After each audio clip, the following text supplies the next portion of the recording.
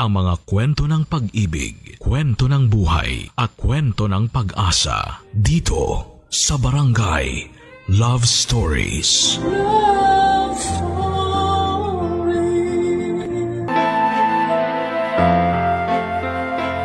Sigurado na ako sa desisyon ko. Iwanan ka na namin ng anak mo, Georgie. Ay, Amila naman. Huwag mong gawin sa akin to. At bakit hindi ko gagawin? Sige nga. May anak tayo. Hayaan mo na lang ba na lumaking wala kinikilalang ama yung bata? Mas mabuti pa na wala na siyang kilalaning ama kesa naman sa meron nga pero pulpul at batugan na kagaya mo. Sobra ka naman makapagsalita. Totoo naman sinabi ko, di ba? Na pulpul ka at batugan kasi kung hindi, sige sabihin mo, bakit nalugi yung negosyo niyo nung kaibigan mo? Di ba kasalanan mo? Di ka marunong mag-costing at mag-handle. Puro ka lang gastos. Hindi na bumabalik kapital nyo tapos ang lakas pa ng loob mo magmalaki sa akin na marami kang nalalaman sa pagpapatakbo ng negosyo? Hanggang ngayon ba naman issue pa rin sa'yo yan? Aba oo. At bakit hindi? Sige nga. Kainis naman eh. Ikaw pa talaga may ganang mainis? Dapat nga ako yung mainis dito. Imbes kasi na maghanap ka ng mapagkakakitaan mo, pagkatapos malugi ng negosyo nyo, naging batugan ka na. Palibasa may trabaho ako kaya sa akin mo na inaasa lahat-lahat. Maghanap naman ako pero nagpapalipas lang ako ng sama ng loob dun sa nangyari sa negosyo namin. Ilang buwan ka na nagpapalipas ng sama ng loob? Hindi pa rin ba tapos yan? Kasi… Alam mo para sa akin, nagdadahilan ka na lang. Hindi ako nagdadahilan ha? Hindi raw. Pero bakit hanggang ngayon wala ka pa rin matinong trabaho? Naghahanap pa nga lang. Naghahanap daw kahit puro mobile games lang yung inaatupag mo? Akala mo siguro di ko nakikita no? Ano ba kasi nirereklamo mo dyan? Inaalagaan ko naman yung anak natin pag nasa trabaho ka. Saka wala naman tayo binabayarang upa. Kung sa pagkain naman, nakikihati-taki na mama at papa. At proud ka pa talaga na hanggang ngayon nakikipisan pa rin tayo rito sa mga magulang mo? Hindi naman sa ganun. Pagiging practical yung tawag doon. Ibang klase. Pagiging practical daw. Sabihin mo, masyado ka na lang naging kampante na umasa sa kanila kahit na matanda ka na. Matanong nga kita, di ka man lang ba nakakaramdam ng kahihiyan dyan sa katawan mo dahil hanggang ngayon umaasa ka pa rin sa mga magulang mo? Bakit naman ako mahihiya? Sabi mo nga, mga magulang ko naman sila. So ibig sabihin wala nga? Meron pala. Nahihiya rin ako sa kanila. Kung nahihiya ka, sana nagsisikap ka. Kaya lang sa nakikita ko walang hiya ka talaga, Georgie. Grabe naman. Totoo naman eh. Oo, grabe ako. Wala ka bang pangarap sa amin ng anak mo? Ni minsan ba di pumasok dyan sa utak mo na ibukod kami para makapagsimula tayo ng buhay natin bilang pamilya? Nangarap naman ako pero… Puro ka pero. Wala ka talagang pangarap hanggang salita ka lang. Kaya diyan ka na. Bahala ka na sa buhay mo. Please, Amila. Huwag mo kong iwanan. Parang awa mo na. Wala na akong awa. Ubos na. Mahal na mahal ko kayo ng anak natin. Kayo ang buhay ko. Wow ha? Ngayon may pasabi-sabi ka pa ng ganyan? Akala mo ba mauuto mo pa ako? Kung noon, oo. Kasi naniwala at nagtiwala ako na magbabago ka. Na marirealize mo mga pagkukulang mo sa amin ng anak mo bilang padre de pamilya. Pero ngayon, nek-nek mo. Hindi mo na mabibilog ulo ko, Georgie. Anong gusto mong gawin ko? Sabihin mo, gagawin ko. Wala. Di ba gusto mo ako maghanap ng trabaho? Sige, maghanap ako ngayon din. Wag na. Baka manghingi ka pa sa akin ng pamasahe at pangkain mo pag nagutom ka sa labas. Mapagastos pa ako sa'yo. Oy, Amila, sumusobra ka na talaga ha? Ikaw nga sobra-sobra na yung katamaran at kapulpulan mo. Nagreklamo ba ako? Ngayon lang, dahil punong-puno na ako. Isipin mo na lang kung anong magiging future namin ng anak mo sa'yo. Wala. Kaya mabuti pa ako na lang mag-isa magpalaki sa kanya. Magkanya-kanya na tayo. Bahala ka na sa buhay mo.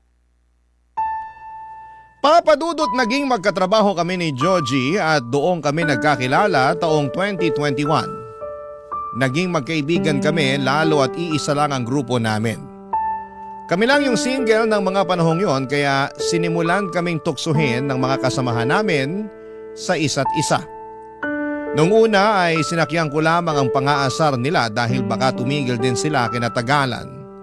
Lalo na at nagpahayag na rin ako na wala pa akong interes na pumasok sa relasyon matapos ang breakup namin ng ex-boyfriend ko noong pandemic. Matagal din kasi kaming naging mag-on at umabot din ng 7 taon kaya sinabi ko sa sarili ko na gusto ko munang enjoyin ang pagiging single ko. Kaya lang ay hindi pa rin tumigil ang mga kasamahan namin sa trabaho sa panunukso sa amin ni Georgie hanggang sa napansin ko na lamang na kinagiliwan na niya yon. At kapag naiinis ako sa mga pang-aasar nila, Papa Dudut, ay sinasabihan nila akong KJ o Killjoy. Sa huli inamin sa akin ni Georgie na nahulog na siya sa akin. Sa totoo lang ay hindi ko naman naramdaman na masamang tao siya. Mabait siya at may itsura naman. At kahit na noong sinabi kong hindi pa ako ready makipagrelasyon, ay nirespeto niya yon. Kinatagalan, tinanong niya kung pwede akong ligawan. Sa isip ko ay ligaw pa lang naman. Hindi pa sigurado kung sasagutin ko na siya. In short ay pumayag ako, kaya lang dala ng kalasingan at bugso ng damdamin noong isang beses na nagkayaan kaming uminom ng mga katrabaho namin ay doon na may nangyari sa amin ni Georgie. Bali nag-check-in kami noon sa isang motel sa Pasig para magpalipas ng gabi. Alam ko naman na kasalanan ko rin dahil naging mapusok ako ng gabing yon. At laking takot at pagsisisi ko nang mabuntis ako ni Georgie. Pinanagutan naman niya ako at binahay. Tumira kami sa kanila kasama ang parents niya at 2 nakatatandang kapatid na lalaki. Pero sa loob lang ng ilang buwan hanggang sa makapanganak ako ay hindi na talaga kami naging okay ng dati kong kinakasama. Lalo na at 2 buwan bago ko manganak ay nag-resign siya sa trabaho namin para makipag-business partner sa kaibigan niya. Pero makalipas lamang ng 2 buwan ay nalugi ang negosyo nila. Hindi na bumalik ang drive ni Georgie sa pagtatrabaho hanggang sa makapanganak ako. At nung matapos ang maternity leave ko ay ako na ang naghanap buhay sa amin. Makalipas ang 6 na buwan simula na maghiwalay kami ni Georgie ay hindi sinasadyang nag-cruise naman ang landas namin ng panganay niyang kapatid na si Bernie Papa Dudut.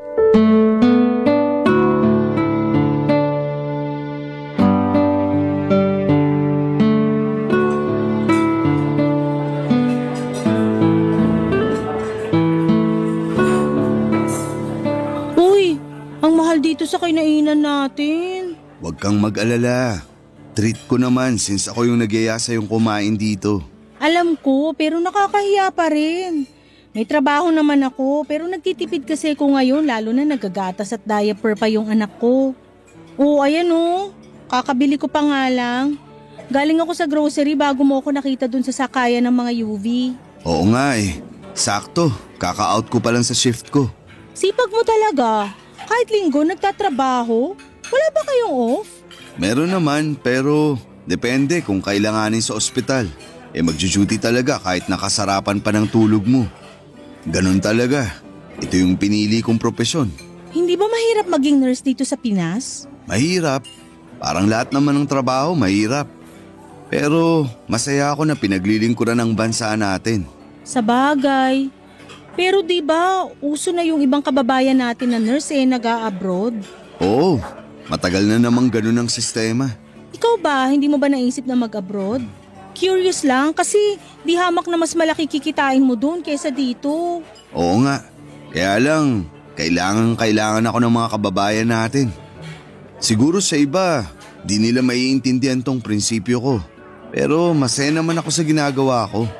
At hindi ko naiisip na mag-abroad para lang kumita ng malaki. Tama ka naman, pero sigurado akong maiisip mo rin yun pag nagkaanak ka na. Iba rin talaga pag may anak na. Uunahin mo talaga ang kapakanan niya. Oo naman, anak muna bago ang sariling prinsipyo. Pero don't get me wrong ha, bilib ako sa'yo at sa lahat ng mga nurse na piniling magtrabaho rito sa Pilipinas. Kayo kaya at iba pang nasa medical field ang modern hero dito. Lalo na nung nag-pandemic. Thank you. Huwag ka mag-thank you. Totoo lang sinasabi ko. Kumusta na pala kayo ng pamangkin ko? Okay naman kami. Bibong bata yung pamangkin mo. Magana rin kumain. Natutuwa nga ako dun kasi di mahirap alagaan eh. Speaking of, sino pala nagbabantay sa kanya pag nasa trabaho ka? Yung mama ko. Pero tsahin ko talaga yun ah. Ibig sabihin, doon kayo nakikituloy ngayon? Oo, malayo ko siyang kamag-anak sa mother side. Third cousin ng nanay ko. Mag-isa lang siya sa bahay nila ngayon matapos mamatay sa stroke ng asawa niya last year. May mga anak naman, 2 babae. Pero nasa ibang bansa na pareho. Okay naman kayo doon?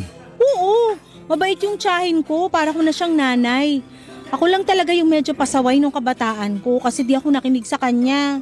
Talaga? Ibig sabihin, tumira ka na rin sa kanila noon?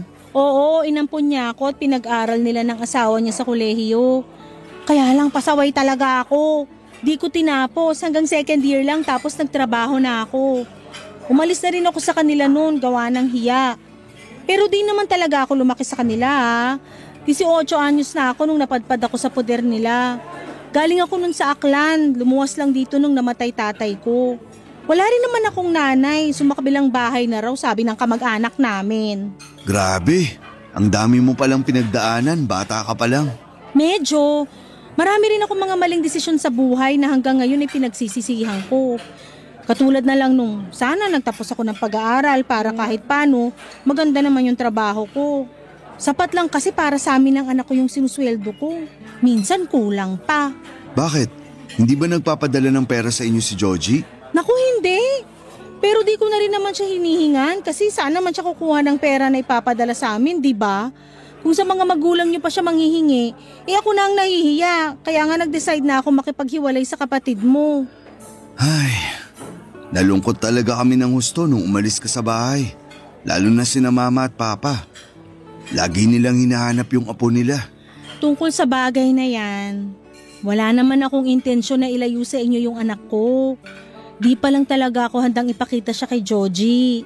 Pero sa nakikita ko naman, nagbago na si Georgie.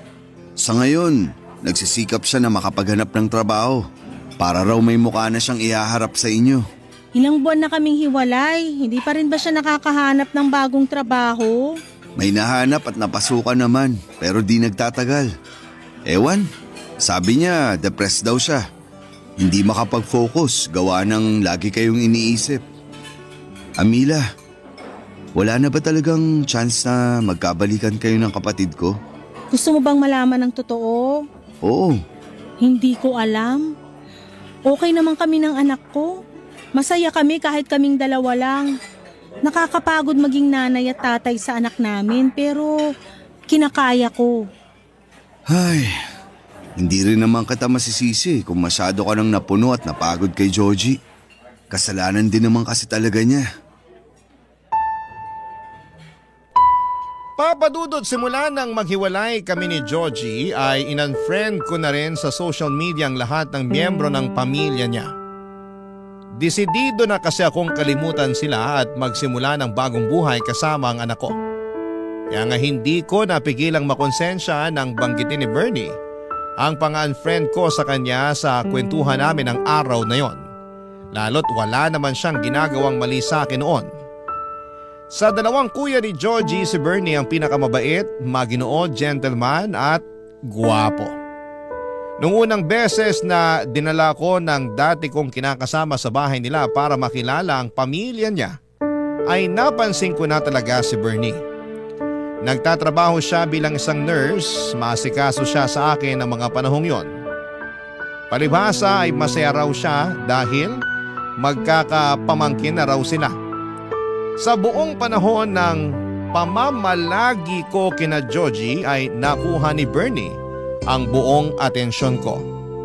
At kahit hanggang sa pag-uwi ay si Bernie ang tumatakbo sa aking isipan imbis na ang dati kong kinakasama at tatay ng magiging anak ko, Papa Dudut. Barangay Love Stories. Barangay Love Stories.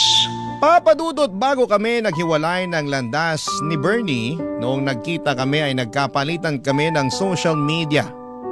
Gusto niya raw kasing makumusta ang pamangkin niya kaya hindi na ako tumutol pa. Hindi ko naman sila tinanggalan ng karapatan sa ano ko pero ayoko na talagang makisama kay Joji. Para sa akin ay masyadong pabuhat ang taong yon at nakampante na lamang sa buhay na sinusuportahan ng mga magulang nila. Batugan pa at kung kailan ako nag-decide na tapusin na ang lahat sa amin saka pa lamang sasaniba ng kusa na maghanap ng trabaho. Kaya nga wala talaga akong ka-interes kay Joji noong nagkikwento tungkol sa kanya ang Kuya Bernie niya. Kunwari ay may pakialam ako pero wala na talaga. Ganon pala kapag napagod ka na at naging manhid. Sa pagpapatuloy ng kwento ko ay nagkaroon kami ng constant communication ni Bernie sa Messenger. Pero tungkol lang naman sa anak ko na pamangkin niya ang aming pinag-uusapan. Isang araw, in-invite niya ako na pumunta sa kanila dahil birthday ng papa nila. Ayoko sanang umaten pero noong parang naglambing na siya sa akin na gusto raw makita ng parents nila ang anak ko ay hindi ko na siya natiis pa. Ayos lang naman talaga sa akin na pumunta sa kanila. May isang tao lang na ayokong makita ang pagmumukha, Papa Dudut.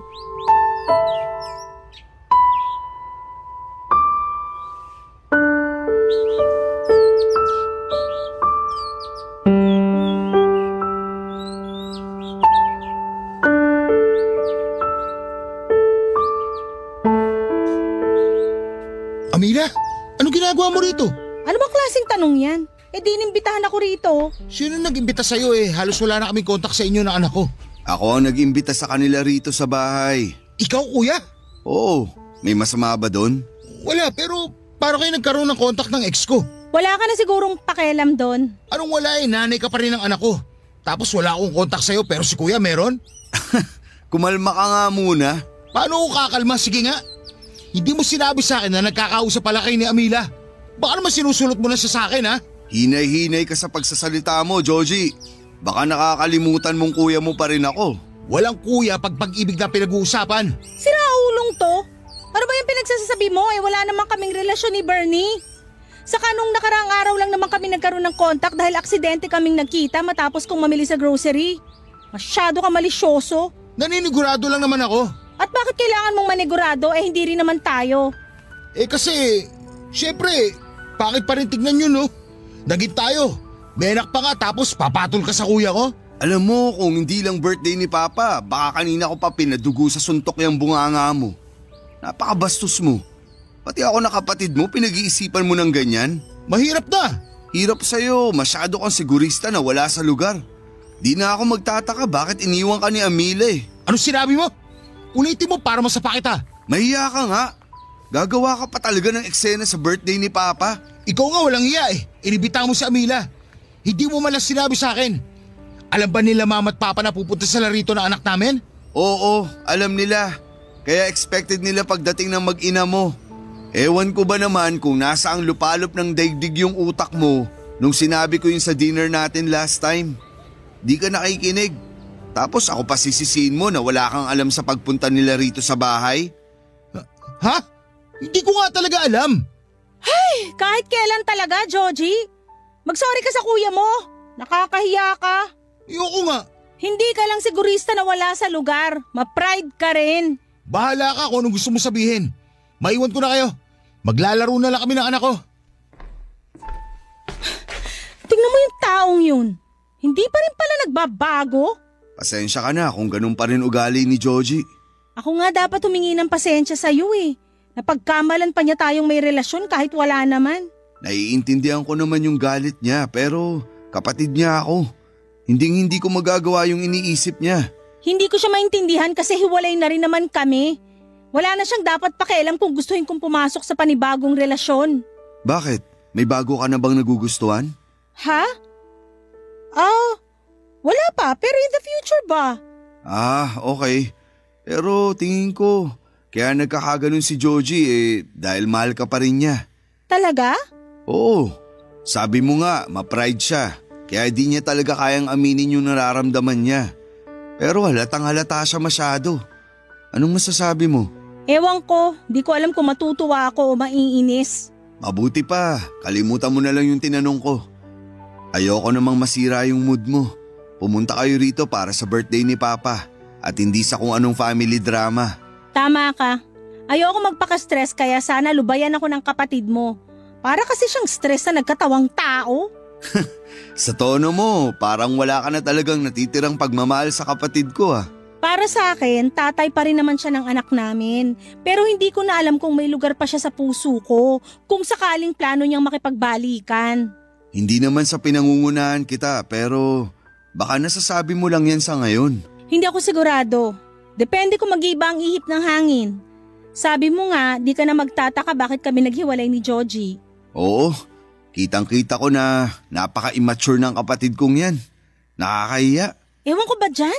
Walang minana sa inyo ng isa nyo pang kapatid. Ang layo sa ugali nyo. Papa Dudut, nasira na ang buong panahon na nandun ako sa bahay nila Bernie nang dahil kay Joji. Walang minuto na hindi niya ako pineste ng mga tanong kung bakit nag-uusap kami ng kuya niya. At kahit na sinabi ko naman na noon lang ulit kami nagkaroon ng komunikasyon at pawang tungkol lang sa bata, ang pinag-uusapan namin ay hindi talaga naniwala si Joji. Bukod doon ay lagi pa niya akong tinatabihan. Bagay na kinairita ko pero hindi ko na lamang pinapahalata. Natapos ang dinner na yon nang masama ang loob ko kay Joji. At hanggang sa makauwi kami ng anak ko sa bahay ay naiinis pa rin ako dahil sinira niya ang mood ko. Buti na lang at nandun si Bernie para pambalanse. Pero ewan ko ba kay Joji dahil halatang halata na pinagsesenosan ang sariling kapatid. Makalipas ang 3 araw ay nagulat ako nang chinata ko ni Joji sa messenger. Sinabi niya na gusto niyang makipagkita sa akin. Nung una ay hindi ako pumayag dahil busy ako sa trabaho pero ang totoo ay ayoko lang.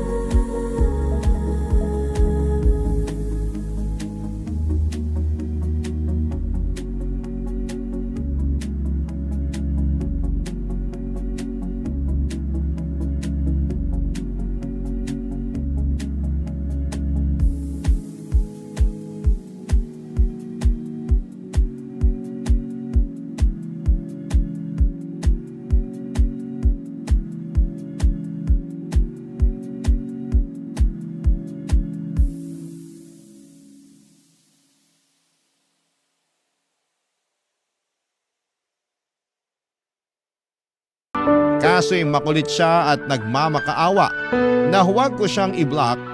Sakto't gagawin ko sana yon, yung pambablock sa kanya sa messenger. Sa huli ay pumayag din ako makipagkita sa dati kong kinakasama, Papa Dudut.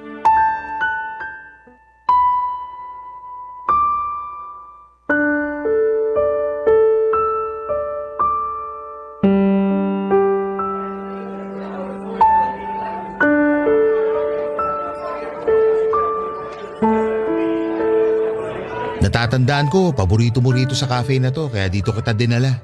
Ah, oo. Paborito ko nga rito. Natatandaan ko pa rin yung kape na gustong-gusto mong in-order dito. Pati yung cake na kaparis nun. Ano ba kasing kailangan mo? Ha? Sabi ko, ano bang kailangan mo? Bakit mo ako kinukulit na makipagkita sa'yo? Pwede bang mamaya ko na sabihin? Umorder muna tayo para makakain tayo. Hindi ako pumayag makipagkita sa'yo para kumain kasama ka. Kaya sabihin mo na kung anong kailangan mo sa akin. Camila naman. Bakit? Ano bang ginawa ko? Medyo tumataas yung boses mo. Nakakahiya pinagtitinginan na tayo ng tao. Ay, nakakainis ka kasi. Ayaw mo pa akong diretsuhin, dami mo pang cheche-bureche. Ay, sige, para lang malaman mo. Nakipagkita ako sa'yo para makausap ka. Tungkol saan ba? Tungkol sa atin. Anong tungkol sa atin pinagsasasabi mo? Sa pamilya natin. Napag-isip-isip ko kasi na gusto ko nang ayusin ang pamilya natin. Hindi ako naniniwala na bigla mo lang yan naisip. Kilala kita, Joji. Wag ako. Napag-isip-isip ko nga. Pero mas lalo ko lang na-realize nung kinausap ako ni Kuya Bernie. Ha? Anong pinag-usapan niyo ni Bernie? Marami pero nagsimula yun nung tanungin niya ako kung mahal pa ba kita. Sabi ko, oo, mahal pa kita. Ang totoo, hindi naman nawala yung feelings ko sa'yo kahit na naghiwalay na tayo. Tapos sinundan niya ako ng tanong na kung bibigyan ako ng isa pang pagkakataon para ayusin ang pamilya natin, susunggaban ko raw ba? Sabi ko, oo naman. Kaya hiningi ko sa kanya yung pangalan mo sa messenger at naglakas loob akong i-chat ka. Tapos? Anong gusto mong gawin ko ngayon? Ayaw mo ba na maayos pa ang pamilya natin? Ayaw mo bang lumaki na may kinikilalang tatay yung anak natin? Sino ba namang ayaw nun? Siyempre gusto ko pero… Pero ano? Nag-aalangan ako. Alam mo naman kung bakit, diba? Nakakatakot sumugal sa'yo tapos sa dulo matatalo lang uli ako. Pangako, hindi ka na matatalo dahil gagawin kong lahat para may panalo tong pamilya natin. Magiging matino akong padre de pamilya, tatay sa anak natin at kinakasama sa'yo. Bigyan mo lang ulit ako ng isa pang pagkakataon para mapatunayan kong sarili ko sa inyo ng anak natin. Hindi ko alam, Joji. Hindi naman din kasi biro yung mga pinagdaanan ko noon kasama ka. Ngayon na nakaalis na ako sa sitwasyon na yon, gugustuhin ko pa bang bumalik? May parte sa akin na gustong tanggapin yung inaalok mo kasi sino ba namang magulang nga naghahangad na magkaroon ng wasak na pamilya ang anak niya, di ba? Wala. Napagdaanan ko na yan eh. Alam ko yung pakiramdam pero may isa pang parte sa akin na nagsasabi na baka mag-aksaya lang ako ng panahon pag pinayagan pa kitang makabalik uli sa buhay namin ng anak ko. Pero hindi naman ako masamang tao. Nagkulang lang ako sa inyo ng anak natin. Lang? Kailan naging lang ang pagkukulang? Ewan, pero isang beses lang naman yun. Anong isang beses? Maraming beses na yun, hindi ko lang sinabi sa'yo. Sana sinabi mo para alam ko kung saan ako nagkulang sa inyo. Ay wow ha? Kailangan ba talagang sabihin sa'yo ang lahat? Hindi ba pwedeng makiramdam ka? Sobrang manhid mo naman yata. Ay, di sorry. Akala mo siguro maaayos ng sorry mo ang lahat, no? Alam ko na hindi maaayos yung mga bagay na nagawa ko na. Nagawa ko na nga, hindi ba? Nasa nakaraan na. Pero meron pa namang ngayon at hinaharap. Yung ngayon at hinaharap na sinasabi mo, kaya ko nang ayusin ng mag-isa. Kailangan mo pa rin ng katuwang lalo na sa pagpapalaki ng anak natin. Kung ngayon nakakaya mo pa dahil hindi pa siya nag-aaral, paano na pag lumaki na siya? Sige nga. Nandiyan ka naman, di ba? Di tulungan mo ko. Magpakatatay ka sa anak natin pero hanggang dun na lang yon. Hindi pamilya matatawag yung ganong setup. Ang alam kong pamilya yung merong nanay at tatay sa isang tahanan. Hindi nanay lang. Hindi rin tatay lang. Ha? Saan mo naman napulot yan 2024 na? Yung nalalaman mo, panahon pa yata ng mga Hapon? Please, Amila. Bigyan mo pa ako ng isa pang pagkakataon. Pangako, hindi na sasakit ang ulo mo sa akin. Hindi na ako magiging batugan. Magsisikap na ako para sa'yo at sa anak natin.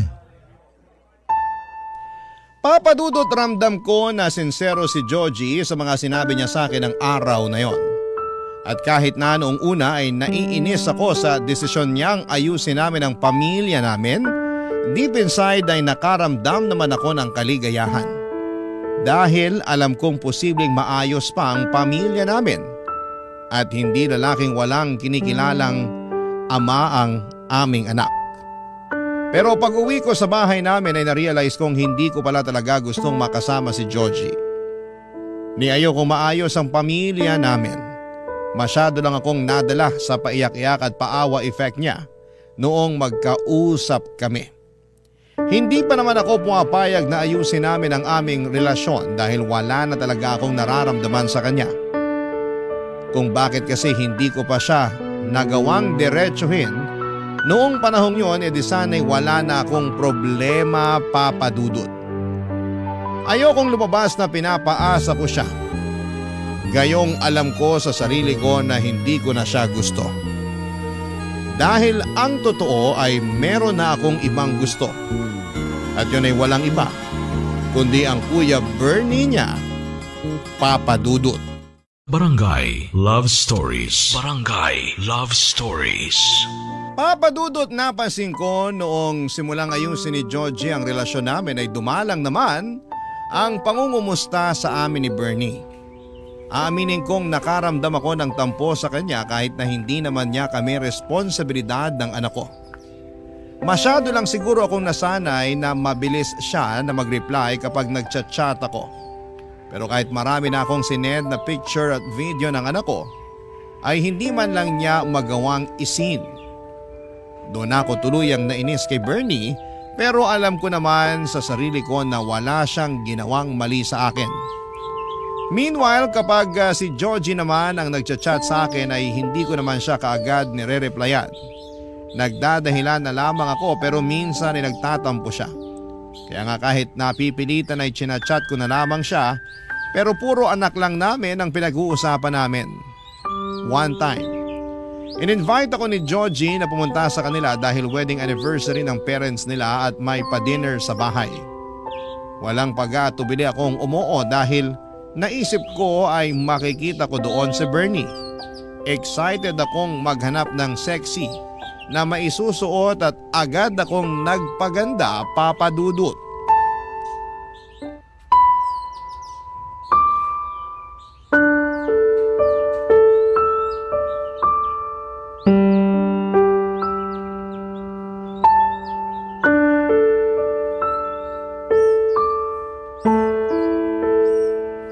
Georgie, hanggang CR ba naman? Plano mo akong sundan? Naisip ko lang naman na baka gusto mo. Gusto kong gumamit ng CR. Ano bang kababuyan yung nasa isip mo? Grabe ka naman. Kababuyan agad? Oo. Bakit? Hindi ba? Kitang-kita dyan sa mukha mo yung kamanyakan. Hoy, below the belt na yun ha. Kung ayaw mo nasasabihan nun, lubay-lubayan mo ko. Hindi ko lang mapigilan na lubayan ka. Kasi ang sexy mo dyan sa suot mo. Tapos, ang ganda-ganda mo pa ngayon. For your information, matagal na akong sexy at maganda. Ay, totoo rin naman yan. Pwede ba? Huwag mo nga akong utuin. Hindi naman kita inuuto. Sinasabi ko lang yung totoo. Basta, naalibadbaran ako sa pinagsasasabi mo. Sige na, doon ka na. Naihihina nga yung tao, dinadaldal mo pa ako. O sige, pero bilisan mo lang ha. Sino ka para sundin ko? Di mo hawak oras ko, no? Sungit naman. Sige na, alis na sabi. Ito na nga aalis na. Lalakad na paalis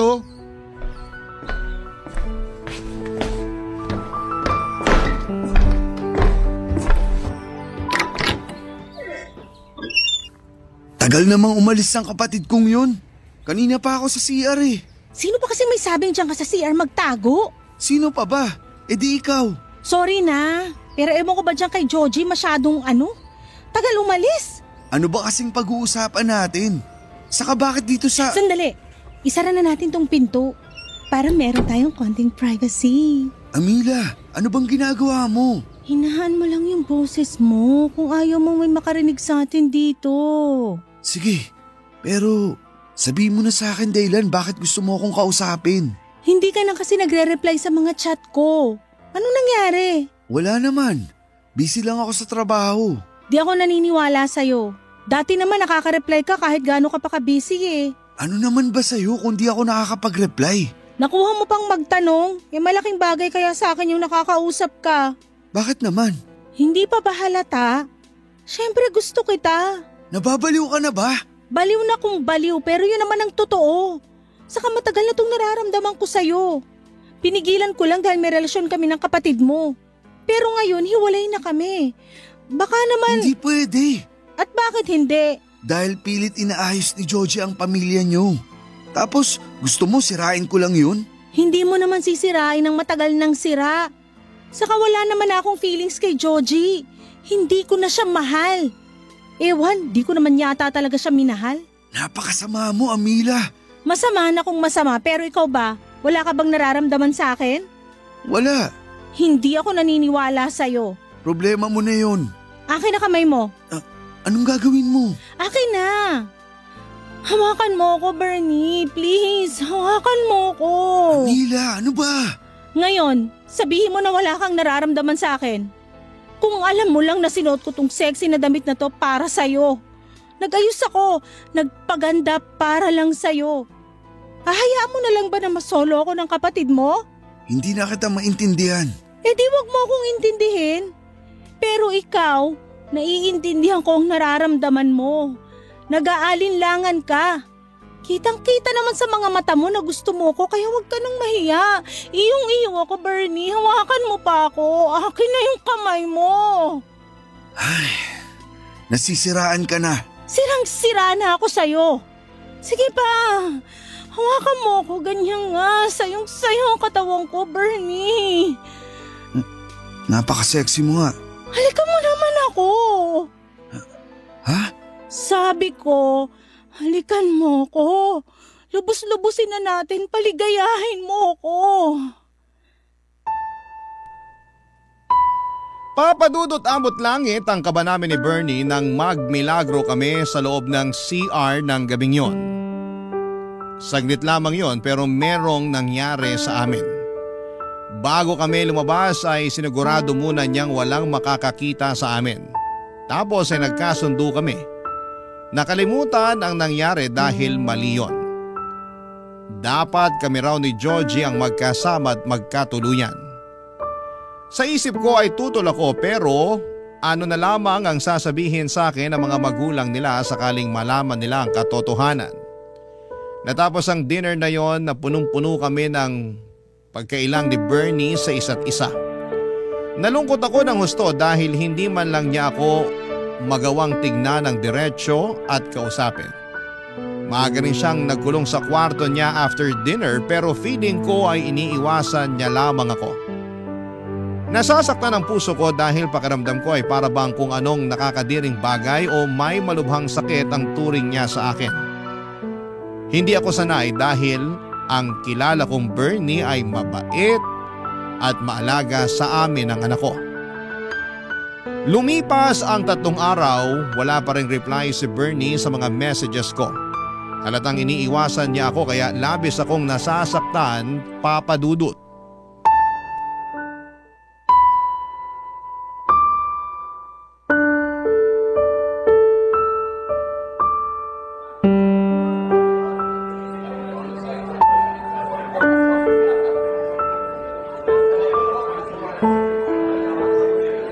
Ayos ka lang ba, Amila? Ha? Oo. Bakit mo naman natanong? Napansin ko lang na kanina ka pa nakatulala dyan. Actually, may kinukwento ko pero tinigil ko na. Kasi mukhang hindi ka naman nakikinig. Sorry, medyo pagod lang. Sa trabaho ba yan o sa anak natin? Pareho. Kulang ako sa tulog lalo na nagkasakit din yung anak natin. Ilang gabi akong puyat. Ha? Bakit ngayon mo lang sinabi? Sana natulungan kita sa pag-aalaga sa kanya. Ayos na. Magaling na yung anak natin kaya huwag ka nang mag-alala. Pero sa'yo naman ako mag-aalala. Bakit? Mukha ka kasi magkakasakit eh. Kulang nga lang ako sa tulog. Bigla tuloy ako na konsensya dahil niyaya pa kita lumabas. Buti alam mo. Ay, sorry na. In my defense, may importante rin kasi akong gustong sabihin sa'yo. Gaano ba yan ka-importante at di mo na lang chinat? Importante nga. Kung sa chat ko sasabihin hindi ko na magagawa to. Asa na ba yun? Ano yan? Teka, ito. Nahanap ko na. Amila, alam kong marami akong pagkukulang sa iyo at sa anak natin. Pero nangako ko sa sarili ko na babawi ako. Magiging mabuting padre de pamilya ako sa inyo at gagawin ko lahat para ibigay sa inyo ng anak natin ang masaganang buhay. Sandali nga lang. Nagpo-propose ka ba? Oo. Tignan mo yung laman ng box. Napakagandang singsing, hindi ba? Para sa'yo yan. Ha? Sa akin? Oo. Sinabi kasi ng Kuya Bernie ko na kung mahal kita, yayain raw kita magpakasal. Sa totoo lang, Matagal ko na yung gustong gawin. Hindi pa lang ako nagkakalakas ng loob na mag-propose sa'yo. Kumbaga, naghihintay pa ako ng tamang panahon. Pero naisip ko na hindi naman darating yung tamang panahon pag hinintay mo yon. Naguguluhan ako, Joji. Saan? Sa mga sinasabi mo, sa lahat-lahat. Diyan sa pagpapropose mo. Anong magulo, desidido na nga ako. Aayusin ko na nga yung relasyon at pamilya natin, hindi ba? Sa palagay mo, maaayos yun sa pagyaya mo sa aking magpakasal? Bakit naman hindi? Nagtatanong ka pa? Hindi nga ako pumayag na magkaayos tayo. Ikaw lang yung pilit ng pilit na magkabalikan tayo alang-alang sa anak natin. Pero kung ako yung tatanungin mo, ayoko na talaga. May iba ka na bang mahal? Oo, meron na. At hindi ikaw yon. Sino? Si Kuya Bernie ba? Ha? Siyempre hindi. Sa bagay, hindi ka papatulan nun kasi may girlfriend na yon. Anong sinabi mo? Sabi ko may girlfriend na si Kuya. Nagulat nga kami dahil wala naman sa bokabularyo nun yung pagsusyota. Tapos nung nakaraan lang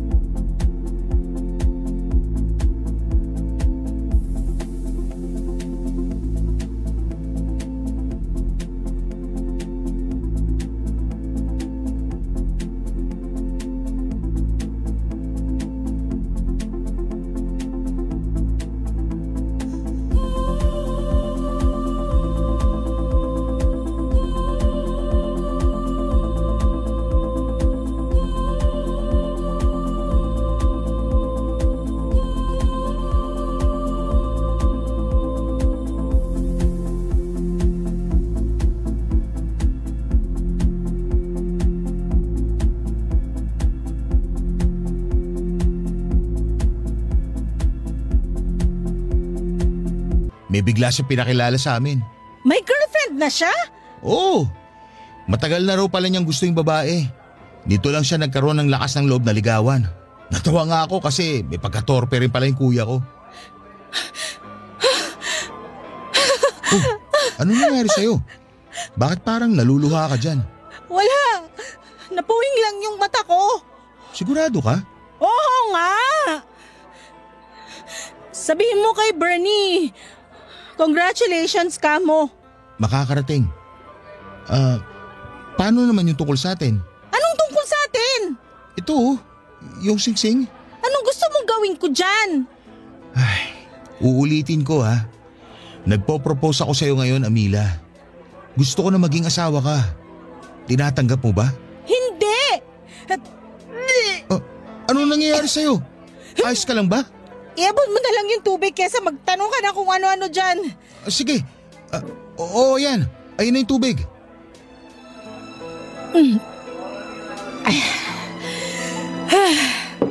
Kamusta na pakiramdam mo? Medyo nahihilo lang. Saka nasusuka. Baka may nakain kang panis o ano? Bakit naman ako kakain ng panis? Sige nga. Naisip ko lang naman dahil nasusuka ka. Ganun ako pag nakakakain ng panis eh. Ewan ko sa'yo. Ginaya mo pa ako sa'yo. Hindi ako makain ng panis katulad mo, no?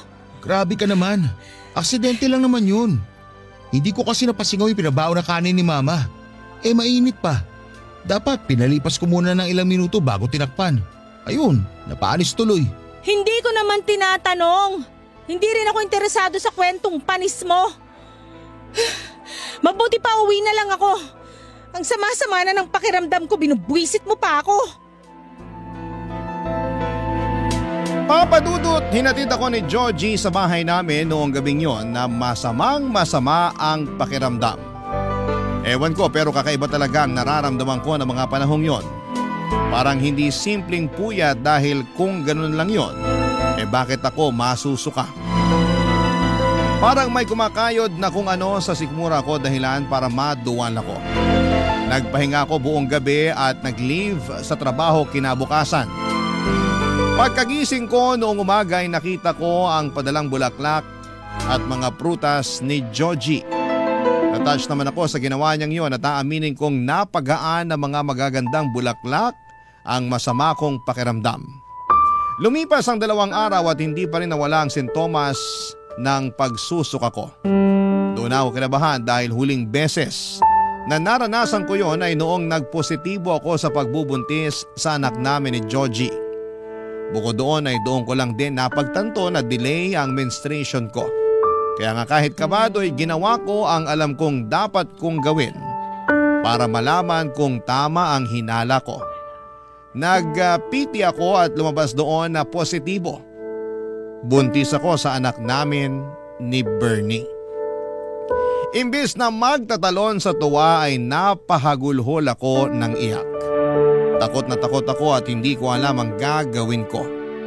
Gusto kong sabihin kay Bernie ang katotohanan pero alam kong wala na siyang pakialam sa akin, Papa Dudut.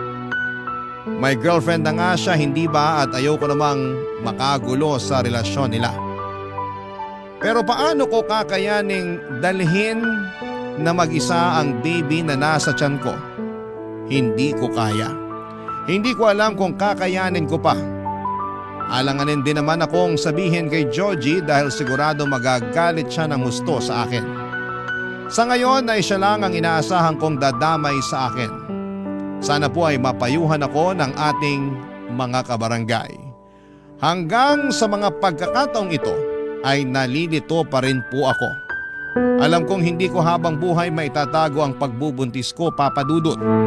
Gusto kong gawin ng tama pero natatakot ako sa pwedeng kahinatnan. Kung bakit kasi sa dinami-rami pa ng taway si Bernie pa na kuya ng dati kong kinakasamang si Georgie. Napakagulo at komplikado ng pinasok kong sitwasyon. Hanggang dito na lamang po ang sulat ko, Papa Dudut, and God bless and more power sa Barangay Love Stories. Maraming salamat na rin po sakaling mapili po ninyong itampok ang kwento ng buhay ko. Ang inyong forever kapuso at ka-barangay, Amila. Barangay Love Stories. Barangay Love Stories. Anong say mo sa Barangay Love Stories na ito? Pagkwentuhan natin sa comment section yan. Nagustuhan ng iyong napakinggan? Ituloy yan via live stream sa www.gmanetwork.com/radio. Barangay LS 97.1 4